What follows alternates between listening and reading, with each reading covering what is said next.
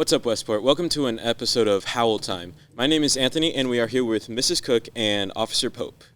Hey, thanks for having us, Anthony. Yes, ma'am. We'll be discussing the importance of seatbelt safety today. All right. What is the leading cause of fatalities in teenagers in the United States? Right now, statistically, it would be motor vehicle accidents. Officer Pope, would it be safe to say that a lot of these fatalities could have been prevented had they been wearing a seatbelt? Yes, ma'am. That is indeed correct. And that's something that is very basic. All vehicles come with it. It's a law that everybody in the car should be buckling up, correct? That is true. Yeah. That is correct. And if you are caught not wearing a safety belt, it's up to a $200 fine. And that's for the driver or the person that's not buckling up? So you being the driver, you're ultimately responsible for everybody in the vehicle, so you would get the ticket for every single person that was not wearing a safety belt in the vehicle.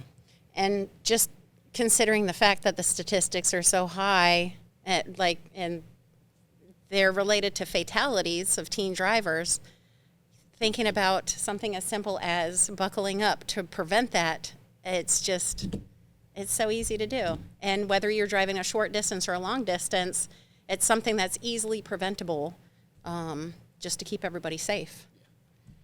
And another statistic is that most accidents occur within 2 miles of our destination. Really? Yes, ma'am. I didn't know that. Anthony, did you know that? I did not know that. I didn't know that either. So Wow. maybe because we get more comfortable because we're close to home. A lot of us drive kind of like on an pilot mode. Because we drive that way every day, we get comfortable because we're close. But yeah, most accidents occur close to our destination. That's wild. That really makes me think, about all the different places that I drive within the 2 mile radius, like school, the grocery store, friends' houses, families' houses, and so much that can happen just within that short distance. You don't know how many times we hear, well, I was just running up to 7-Eleven, or I was just running up to my friend's house. I was just running up to get something to eat. Heading out. And then something catastrophic happens. Yikes. So, and some accidents can be really bad by not wearing a safety belt. No one wakes up in the morning and says, well, I have nothing better to do today. I'm going to go get in a car accident. So, I'm going to get rear-ended, or I'm going to get hit by the side. So people get ejected all the time through the front windshield by not wearing a safety belt. According to the FDOT, 2/3 of teens that passed away in crashes were not wearing their seatbelts. How do you think we can prevent this? Very simple. Wear Buckle a safety belt. Buckle up. Buckle up. Tell them, Anthony, buckle up. Wear your seatbelts. Click it or ticket. Yes. Arrive alive. Why do you think proper seatbelt placement is important?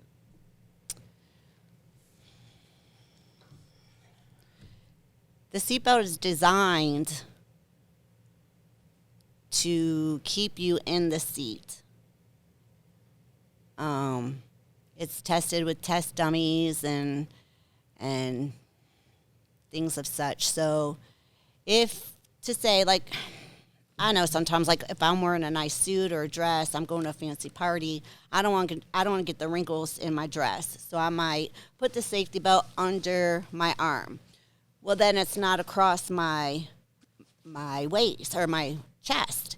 So if I get hit from the back, then I go forward, and now I've knocked up all my teeth off the steering wheel.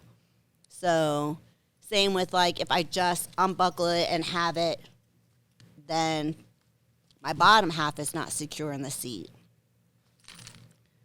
So proper placement is very important.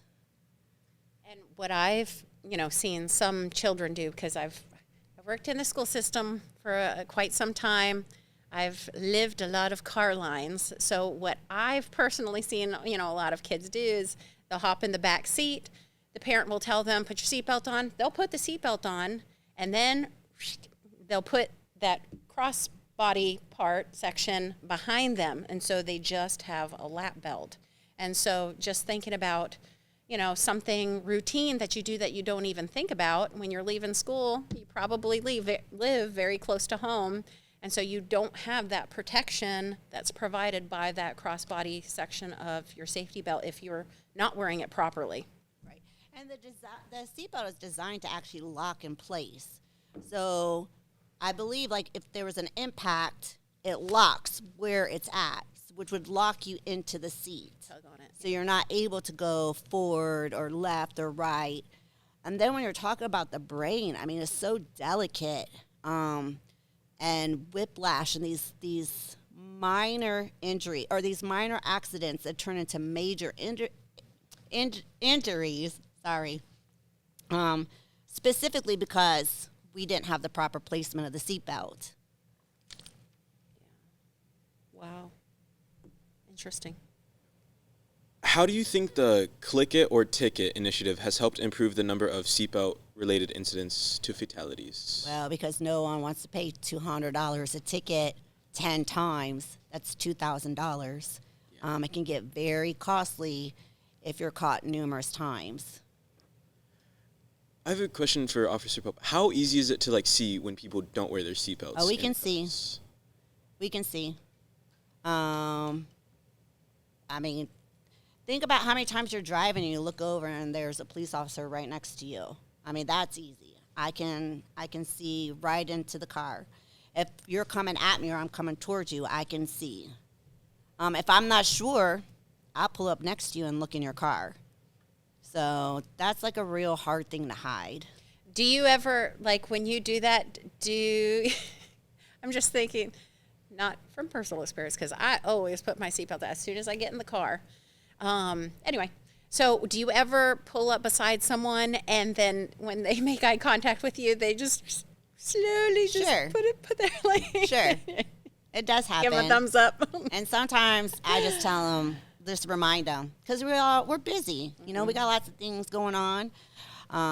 You guys got school, going to work, got to clean your rooms, got to do all this stuff. Got a lot of other things taking So sometimes, I'll just roll down the window, brain get their space. attention, and be like, hey, you got to put it on, and they will. I think the best thing is just making it a habit, too. Like every time you get in the car, before you start the car up, put the seatbelt on. Whatever works better for you. I mean, start the car and then put the seatbelt on. But if you make it a habit, then you're just automatically going to do it. Just like I automatically get up in the morning, the first thing I do is make a cup of coffee. It's a part of my routine. It's a habit.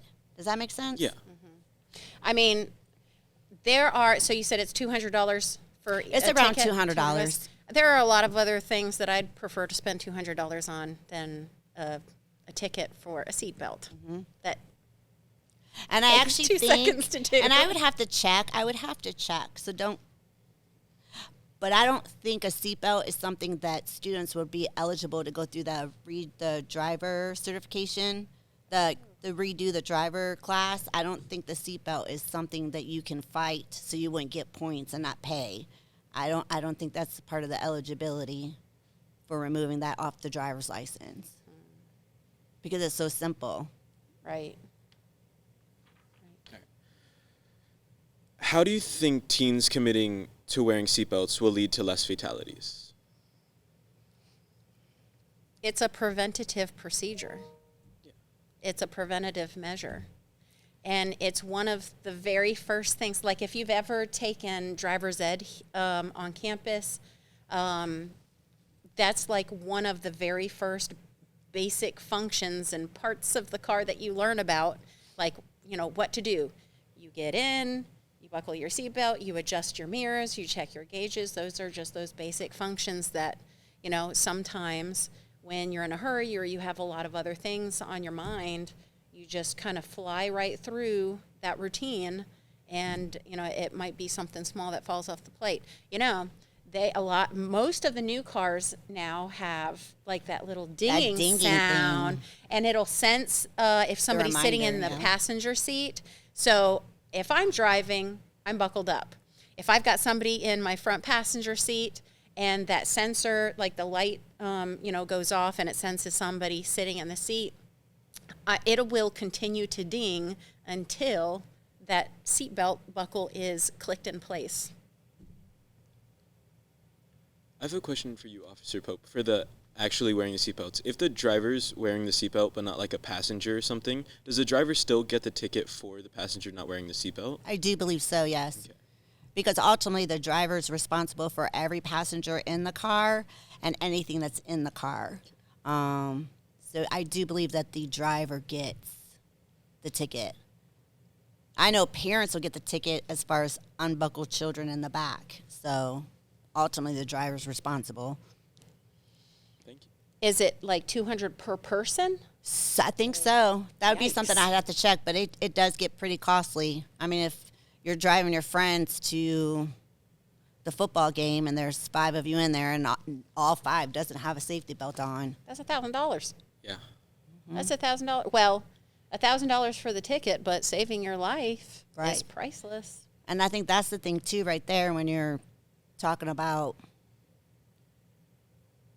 people getting in accidents, how guilty we feel when our friends get hurt and we're driving. Survivor's guilt. And something so simple as just buckling up. I mean, we all want to drive. We all want to have fun. We all want to have good times and laugh. Right, It's a safety belt. right. It's one of the simplest things you can do.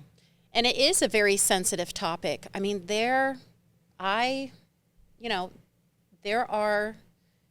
students and staff members on campus that we work with very closely every single day that have lost a loved one from accidents, vehicular accidents that involve like seatbelts not being, either put on or not on put on correctly. Sure. And